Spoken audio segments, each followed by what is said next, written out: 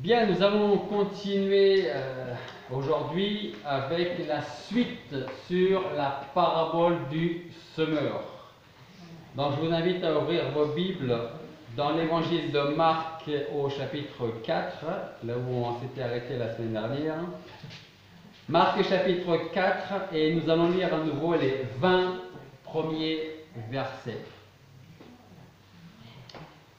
Marc chapitre 4, versets 1 à 20. Jésus se mit encore à enseigner près de la mer. Et une grande multitude s'étant assemblée auprès de lui, il monta dans une barque où il s'assit, et tout le peuple était à terre sur le rivage. Il leur enseignait beaucoup de choses par des similitudes, et il leur disait dans ses instructions: Écoutez, un semeur sortit pour semer. Et il arriva qu'en semant, une partie de la semence tomba le long du chemin, et les oiseaux vinrent et la mangèrent toute. Une autre partie tomba sur un endroit pierreux, où elle avait peu de terre, et aussitôt elle leva, parce qu'elle n'avait pas profondément de terre. Mais quand le soleil fut levé, elle fut brûlée, parce qu'elle n'avait pas de racines, et elle sécha. Une autre partie tomba parmi les épines, et les épines crurent et l'étouffèrent, et elle ne rapporta point de fruits. Et une autre partie tomba dans une bonne terre, et rendit du fruit, qui monta et crut, en sorte qu'un grain en rapporta 30, un autre 60, un autre 100. Et il leur dit que celui qui a des oreilles pour entendre, entende.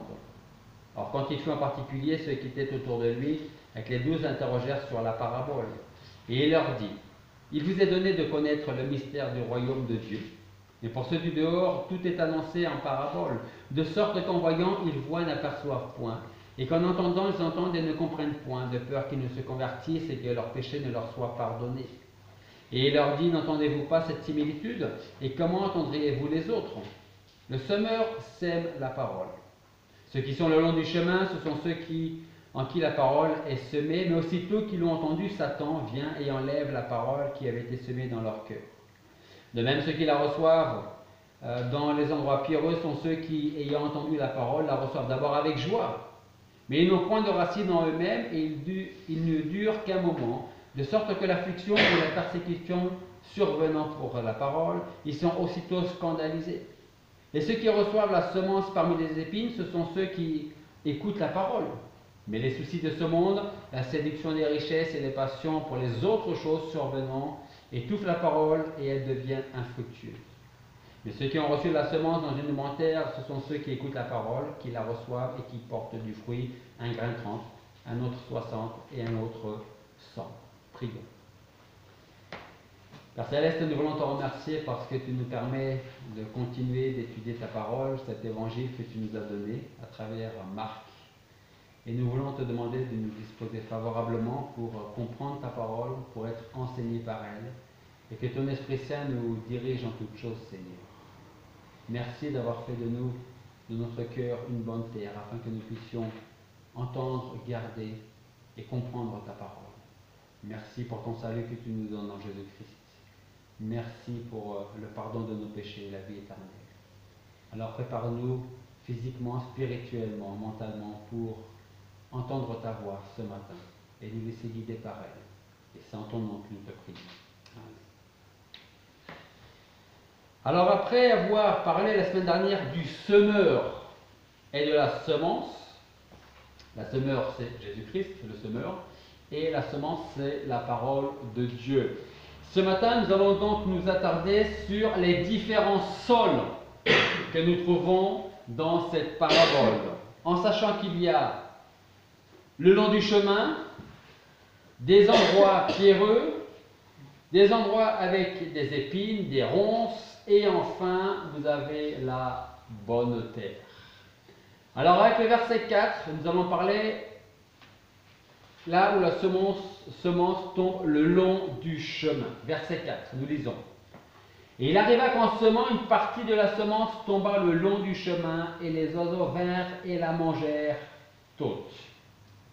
Alors je ne sais pas si vous avez une idée, peut-être en regardant des films sur par exemple Jésus, ou même des reportages sur la Palestine, en tout cas de l'époque. Et si vous avez l'occasion de voir des choses comme ça, vous regarderez, ou peut-être qu'ils en parleront, mais les campagnes palestiniennes à l'époque se composaient de petits champs séparés par des petits chemins où le sol avait été tassé par le passage des pieds, des charrettes, des différents animaux. Et donc, la terre était très dure, très compactée. Donc, le fait de marcher dessus et en plus le travail du soleil sur cette terre déjà bien compactée, eh bien, rendait la terre encore plus dure. Donc, lors des semailles, les grains tombaient sur ce sol dur et impénétrable. Donc, ça voulait dire que les oiseaux du ciel n'avaient aucun problème pour venir se servir, manger et repartir. Il arriva qu'en semant, une partie de la semence tomba le long du chemin, et les oiseaux vinrent et la mangèrent toute. C'est-à-dire qu'il n'y a pas même un grain qui allait rester selon cette parabole. Donc cela illustre ceux en qui la parole est semée. C'est-à-dire que vous allez rencontrer des gens à qui vous allez témoigner, apporter votre témoignage, annoncer la bonne nouvelle de l'évangile, mais leur cœur sera tellement dur et impénétrable qu'ils vont à peine vous entendre. Si il y a une chance que ça rentre par une oreille, ça va ressortir aussitôt par l'autre. Mais des fois, ça ne va même pas rentrer du tout. Donc ici, le Seigneur, au verset 15, nous dit que cela illustre ceux en qui la parole est semée, mais aussitôt qu'ils l'ont entendu, Satan vient et enlève la parole qui avait été semée dans leur cœur. Et ce qu'il faut retenir ici, est-ce que selon vous, le plan du salut est compliqué à comprendre? Je ne vous demande pas s'il est compliqué à accepter. Je vous demande, est-ce que le plan du salut est difficile à comprendre? Non. Même un très jeune enfant peut comprendre le plan du salut. Je suis pécheur, donc condamné, séparé de Dieu, condamné au châtiment éternel. La bonne nouvelle, c'est qu'elle commence par une mauvaise. Je suis pécheur, perdu, condamné. Mais la bonne nouvelle, Christ est mort parce que tu es pécheur, tu es mort spirituellement et tu es condamné. Et si tu crois que Jésus-Christ est venu donner sa vie pour toi sur la croix, comme le dit l'apôtre Paul en Romains, crois au Seigneur Jésus et tu seras sauvé. Crois au Seigneur Jésus et tu seras sauvé. 8 mots. En tout cas dans la version française. Peut-être que dans l'anglais c'est peut-être encore plus court. 8 mots. C'est pas plus simple. Pourquoi je vous dis ça? Parce que le manque de compréhension ici dans notre passage ne vient pas du message lui-même. Crois au Seigneur Jésus et tu seras sauvé. C'est très simple à comprendre. Donc là, le manque de compréhension ne vient pas du message ou du messager. Mais de l'auditeur, de celui qui est censé entendre, celui qui est censé écouter, recevoir. Il comprend, cette personne comprend le sens des mots et des phrases. Tout le monde peut comprendre, crois au Seigneur Jésus et tu seras sauvé. Je ne vous dis pas qu'on peut l'accepter, je vous dis qu'on peut le comprendre. C'est simple à comprendre. Mais pour beaucoup de personnes, ces mots, ces 8 mots, n'ont pour eux aucun sens. Tout simplement. Ils n'ont aucune attraction ou importance. Ils ne sont tout simplement pas intéressés. En fait, vous savez à qui peut ressembler ces gens-là? À nous-mêmes, quand nous sommes arrêtés dans la rue pour répondre à un questionnaire. Est-ce que vous avez 2 minutes à nous accorder? Et souvent, question répond non, ça ne m'intéresse pas, merci. Et puis on continue notre route. C'est vrai ou pas? Hein? Moi, le premier, j'ai déjà dit à des gens, ça ne m'intéresse pas. Voilà. Et puis je continue la route. Eh bien, pour certaines personnes, c'est exactement la même chose en ce qui concerne l'évangile. Ça ne m'intéresse pas, mais merci quand même. Et les gens continuent leur route. En fait, ces mêmes personnes ne savent pas qu'ils ont laissé Satan leur dérober la semence. Parce que ces personnes ne disent pas, bon, allez, 2 minutes, mais pas plus. Je vais vous écouter. Non, ces gens-là disent, ça ne m'intéresse pas. J'ai d'autres choses à faire, j'ai d'autres choses à régler, j'ai d'autres soucis. Ou tout simplement, ça ne m'intéresse pas parce que je n'ai pas besoin. Tout va bien dans ma vie, donc je n'ai pas besoin. Je n'ai pas besoin d'entendre ces choses-là. L'homme d'aujourd'hui, en ce qui concerne le long du chemin, ne savent pas donc que c'est une chose importante pour leur vie. Donc ils vont préférer s'occuper des choses qui, à leurs yeux, sont bien plus importantes que de croire au Seigneur Jésus pour être sauvé. Il n'a rien à faire de celui qui un jour donna sa vie pour le sauver. Il n'a rien à faire de celui qui fut battu, de celui qui eut le dos flagellé. Il n'a rien à faire non plus de celui qui a été attaché à la croix pour mourir sous le poids de nos péchés. Parce que leur cœur ressemble au chemin, le long du chemin, dur, tassé, impénétrable. Donc ça, c'est le premier type de chemin. Le deuxième, verset 5. Une autre partie tomba sur un endroit pierreux et où elle avait peu de terre, et aussitôt elle leva parce qu'elle n'entrait pas profondément dans la terre. Mais quand le soleil fut levé, elle fut brûlée parce qu'elle n'avait pas de racines, et elle sécha. Dans ces versets, il faut bien comprendre là les paroles du Seigneur. Dans ces versets, dans ce passage-là, Christ ne nous parle pas d'un terrain rempli de cailloux. Est-ce que vous avez un terrain, vous à la maison, rempli de cailloux? Nous, on en avait un quand on était à Calamar. Il y avait plus de cailloux que de terrain. Vous avez un terrain comme ça chez vous? Ou pas? Hein? Un peu dans les courses, on peut retrouver ce genre de terrain. Et à chaque fois qu'on veut faire un trou, on passe plus de temps avec la pioche pour casser ce qu'il y a en dessous que pour la pelle enlever la terre. Donc le Seigneur là ne parle pas d'un terrain rempli de cailloux, il parle plutôt d'un rocher recouvert d'une fine couche de terre. Ce qui n'est pas la même chose.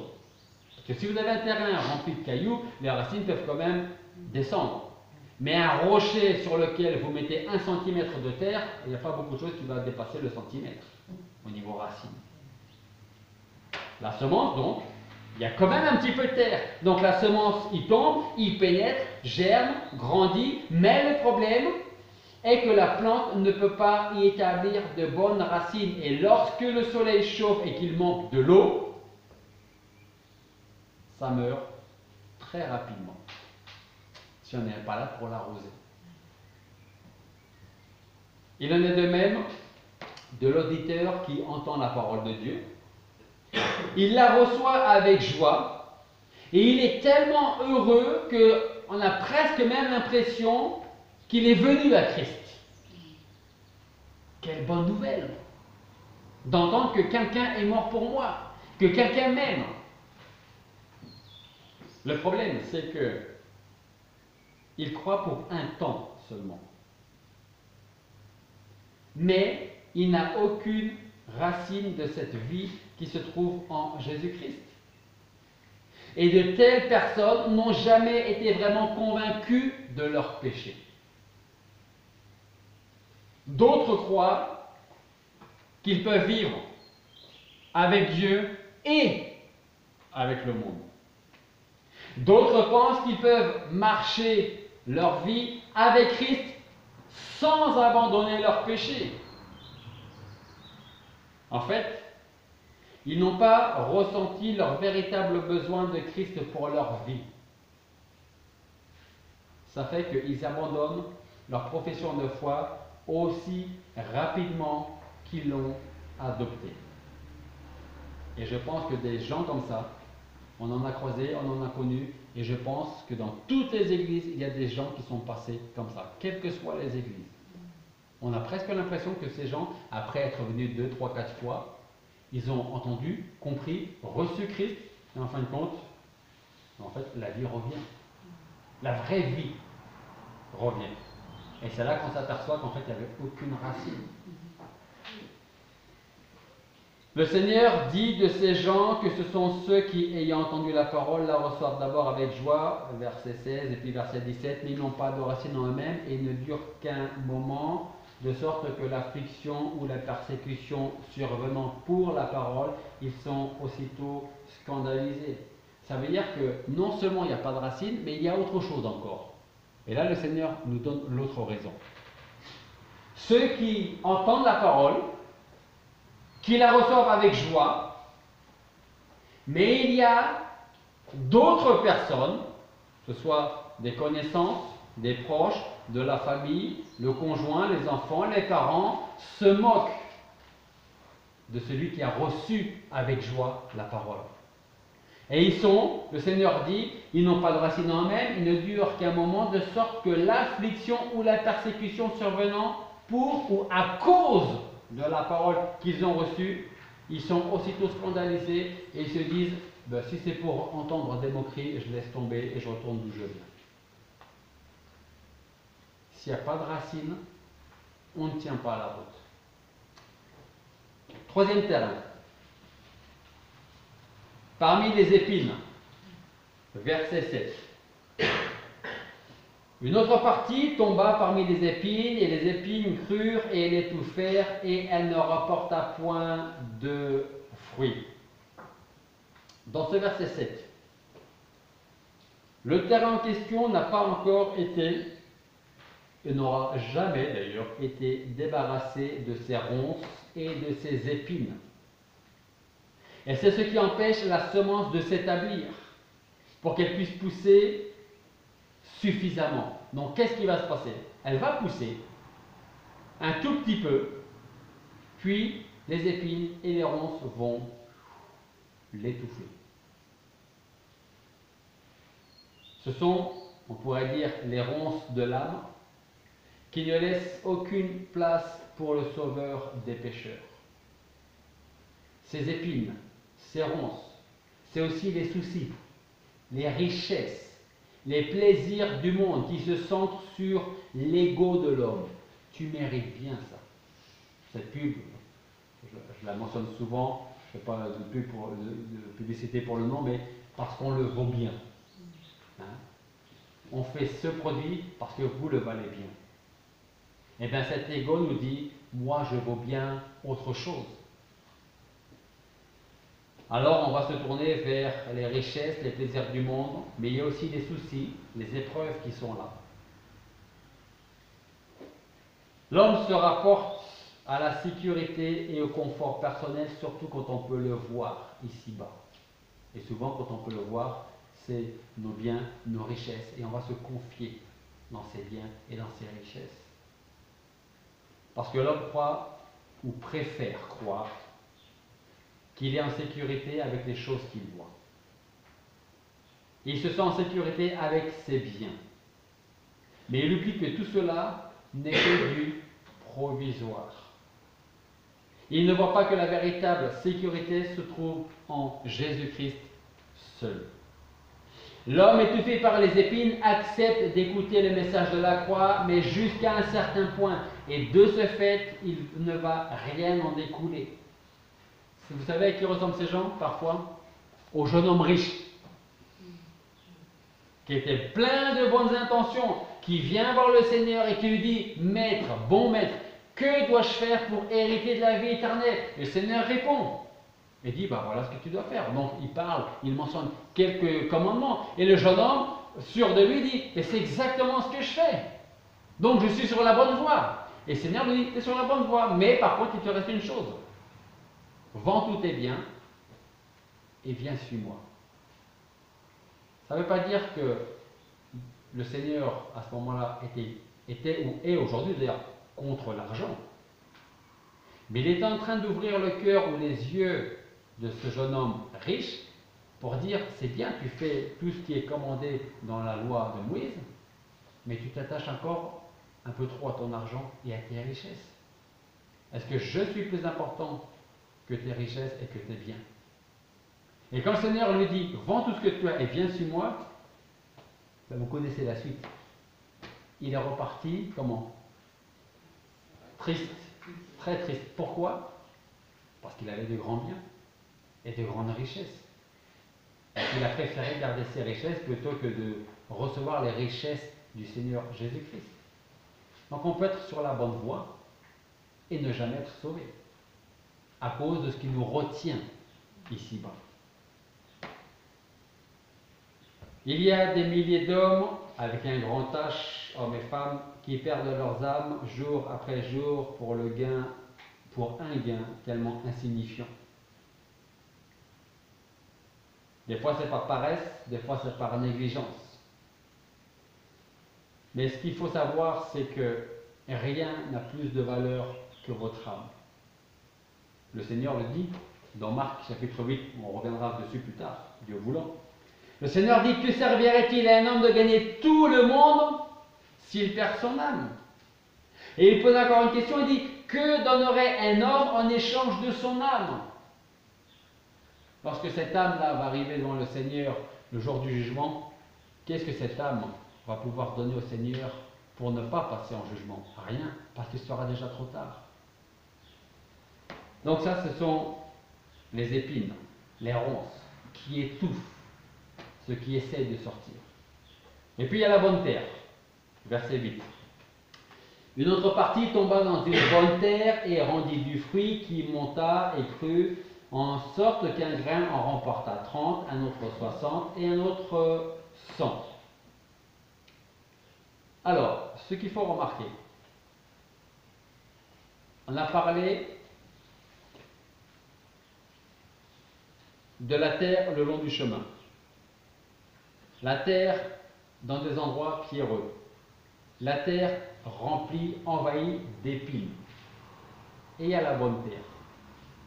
La première chose qu'il faut retenir, c'est que très probablement, très assurément même, la bonne terre devait très certainement ressembler ou le long du chemin, à l'endroit pierreux, ou aux épines et aux ronces. Mais pourquoi est-ce que c'est une bonne terre maintenant? Je pense qu'avant d'être une bonne terre, cette bonne terre devait être aussi mauvaise que les trois autres. Peut-être qu'elle était dure, mais que les ronces arrivaient à sortir quand même, entourées de pierres. Ce qu'il faut retenir, c'est que cette terre ne s'est pas rendue bonne elle-même. Elle n'a pas toujours été bonne, mais elle a dû être labourée et travaillée. Et vous savez, à qui appartient ce travail?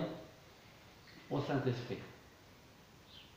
Parce que si nous considérons, si nous pouvons, il n'y a aucune prétention là, et si nous pouvons dire que nous sommes d'une bonne terre parce que la parole de Dieu a fait son travail dans notre vie et qu'aujourd'hui nous sommes sauvés, ce n'est pas grâce à nous que nous sommes devenus une bonne terre. C'est grâce au travail du Saint-Esprit qui a enlevé les pierres, qui a enlevé les ronces, qui a fait en sorte que la terre soit moins compacte, moins dure. Autrement dit, c'est exactement ce que nous dit Jérémie: j'enlèverai ton cœur de pierre et je te donnerai un cœur de chair pour que tu puisses croire. Parce que si je ne fais pas ça, tu resteras le long du chemin, tu resteras dans les rochers, dans les pierres ou dans les épines et les ronces. Autrement dit, vous savez quoi? Toute la gloire revient à Dieu en ce qui concerne notre transformation et notre salut.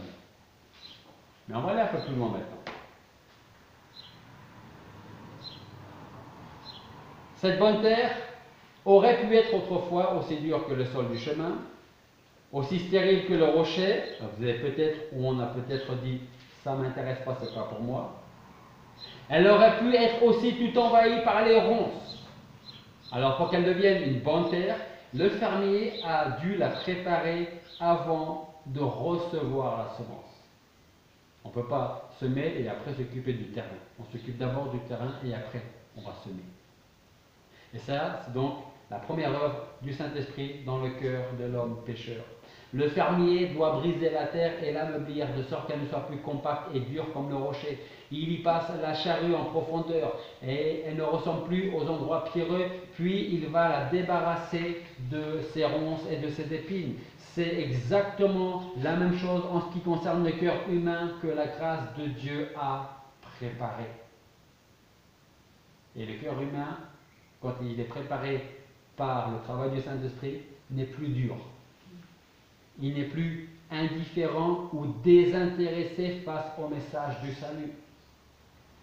il ne va pas répondre sous l'influence d'un emballement temporaire. C'est tellement bien ce que tu me dis, je veux croire, et puis après, à un certain temps, je ne crois plus pour une raison ou pour une autre. Ce nouveau cœur a des oreilles pour entendre. Le Seigneur a dit que celui qui a des oreilles pour entendre, entende. Autrement dit, que celui qui est maintenant bien disposé reçoive ce que je vais dire. Et les autres qui ne sont pas bien disposés vont entendre, mais ne vont rien comprendre, et de toute manière ne vont rien accepter, parce que ça ne les intéresse pas. La bonne terre reçoit la semence, c'est-à-dire la parole de Dieu. Et je veux conclure avec ça.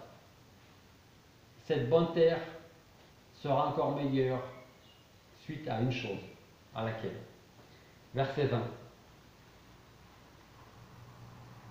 Ceux qui ont reçu la semence dans une bonne terre, ce sont ceux qui écoutent la parole, qui la reçoivent. Et c'est quoi la suite?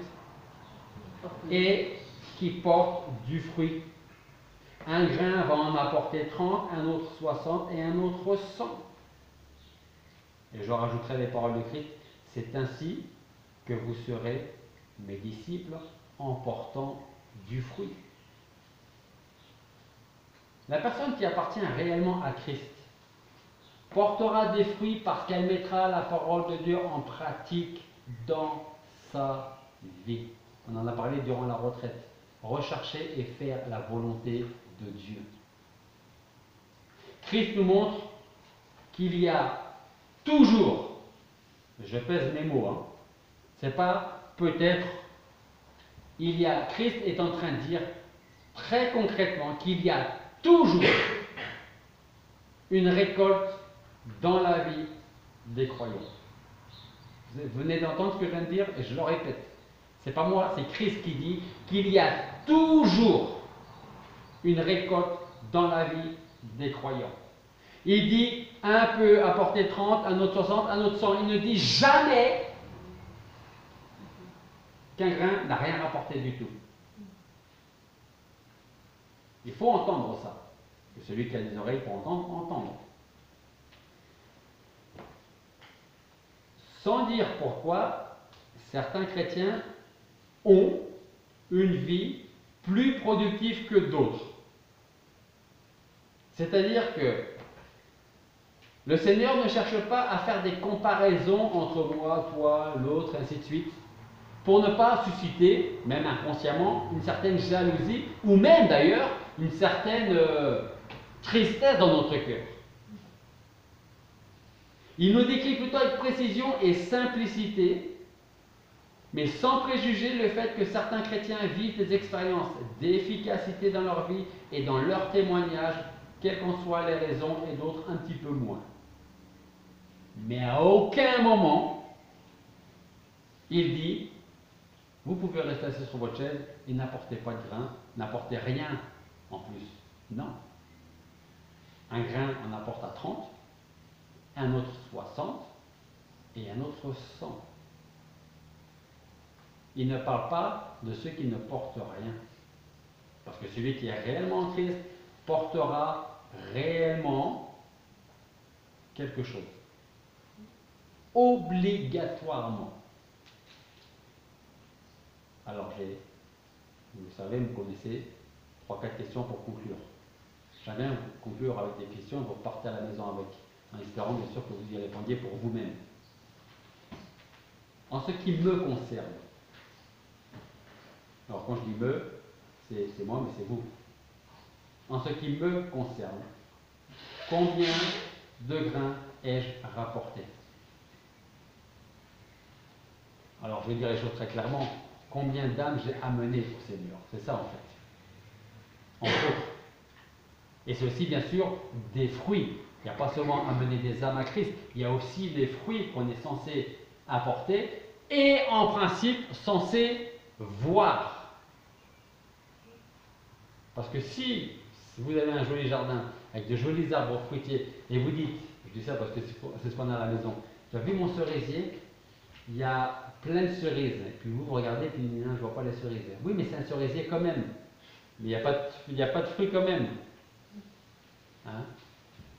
Et souvent, les arbres fruitiers, il y a une année, il y a beaucoup de fruits, et une année, il n'y a quasiment pas de fruits. Cette année, Dieu merci, on va avoir beaucoup de cerises. L'année dernière, sur 4 ou 5 cerisiers, si j'en ai mangé 1 kilo, c'était le bout du monde. Hein? Ouais, le pauvre. Mais cette année, par contre, je vais me récupérer. Merci Seigneur. Mais on ne peut pas dire, oui, c'est un cerisier si je ne vois pas les cerises. On peut deviner la forme de la feuille, du cerisier, du pommier, du poirier, de ce que vous voulez, de tout arbre fruitier. Mais si on ne connaît pas bien la feuille, on peut se dire, c'est quoi comme arbre fruitier ça? Un pêcher, un prunier, un amandier, un cerisier, on ne sait pas. Mais quand on voit le fruit, qu'est-ce qu'on dit? C'est un prunier, c'est un cerisier, c'est un pommier, parce que je vois le fruit. C'est exactement la même chose dans la vie du chrétien. Je crois que c'est un véritable chrétien parce qu'il porte des fruits que moi, que les autres, que l'Église, que les non-croyants peuvent voir très concrètement. C'est l'exemple de Janine, le témoignage qu'elle nous a donné hier. Quand elle a été travailler, on peut dire, fille au père, enfin, tu as été aidé plutôt. Tu as été aidé, une famille, un couple, et ils n'avaient pas besoin de parler. Ils vivaient simplement leur vie et leur foi, et ça a suffi. Il n'y a pas besoin de paroles, il y a besoin d'actes et de porter du fruit. La première question, c'est, en ce qui me concerne, en ce qui vous concerne, combien de grains ai-je rapporté? Quels sont les changements que Dieu veut voir dans ma vie? Quels sont les changements que Dieu veut voir dans ma vie? Une autre question, qu'est-ce qui lui montre à Dieu et qu'est-ce qui montre aux autres que la parole m'a réellement changé? Je ne suis pas une simple racine sur 1 centimètre de terre qui bientôt va mourir. Qu'est-ce qui montre aux autres, qui me montre à moi-même que la parole m'a changé? Une dernière question. Est-ce que les autres autour de moi voient un réel changement dans ma vie? Nous croyons en Dieu, alors ne vivons pas comme s'il n'existait pas. Parce que ça, c'est très facile. Hein? Un grain en remporta 30, un autre 60 et un autre 100. À aucun moment, le Seigneur ne parle de celui qui ne rapporte rien. Parce que quand on est en Christ, on rapporte obligatoirement, forcément, quelque chose. Prions. Père Céleste, nous voulons te remercier parce que tu nous fais la grâce ce matin de recevoir, d'entendre et je l'espère retenir ta parole. Nous voulons te remercier parce que si aujourd'hui nous pouvons dire que nous t'appartenons, c'est parce qu'avant cela, tu as travaillé notre cœur, notre terrain, tu as labouré notre champ, afin que ta parole puisse s'ancrer profondément, prendre racine profondément, pour que ni les épines, ni les ronces, ni les difficultés, ni les moqueries ne puissent déraciner quoi que ce soit. Seigneur, nous voulons te remercier parce que tu as fait de nous, pour ceux qui t'appartiennent, de nouvelles créatures, une bonne terre. Aide-nous maintenant à récolter nos fruits, à te les présenter, et que les autres aussi puissent voir ces fruits que nous voulons pour ta gloire. Fais de nous de fidèles serviteurs, des chrétiens qui veulent vivre leur vie pour toi. Alors enlève de nos cœurs ceux qui pourraient nous tenir d'une certaine manière éloignés de toi. Enlève de nos cœurs tout ce qui n'est pas de toi ou pour toi. Et continue ton travail, ton œuvre dans nos vies, pour que nous puissions être de véritables témoignages pour les autres, pour ceux qui nous entourent, nos proches, et pour ta gloire et celle de notre Seigneur Jésus-Christ. Et c'est dans son nom que nous te prions. Amen.